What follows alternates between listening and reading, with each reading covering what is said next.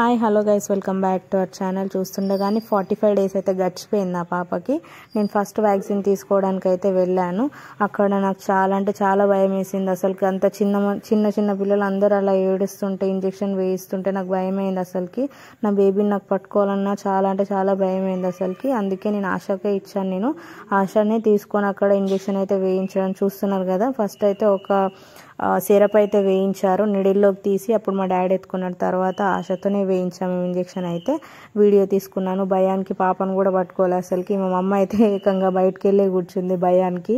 మా మమ్మీకి కూడా చిన్నపిల్లలైనా సరే తనకైనా ఇంజెక్షన్ వేయించుకుంటే చాలా అంటే చాలా భయపడుతుంది. సో అందుకే వెళ్ళి బయట కూర్చుంది. నేను ఈ వీడియో తీసాను, కొన్ని షార్ట్సే తీసాను, తిడతారో ఏంటో అని.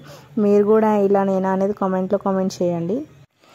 ఇంటికి వెళ్ళిన తర్వాత సిరప్ అయితే వేయమని చెప్పారు, వేసేసాను నేను. అసలుకి లేట్ పోస్ట్ అనమాట. ఆల్రెడీ 2 months కంప్లీట్ అయింది నా బేబీకి. నేను లేట్గా పోస్ట్ చేస్తున్నాను వీడియో. సో నేను నైట్ ఎంత అసలు సతాయిస్తుందో ఏంటో అనుకున్నాను ఇంజెక్షన్ వేయించిన తర్వాత. అస్సలే సతాయించలేను మా పాప అయితే.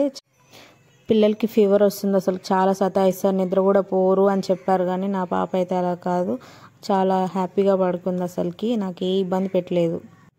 మీ పిల్లలు కూడా ఏడ్చారా, కామ్గా పడుకున్నారా అనేది కామెంట్లో కామెంట్ చేయండి.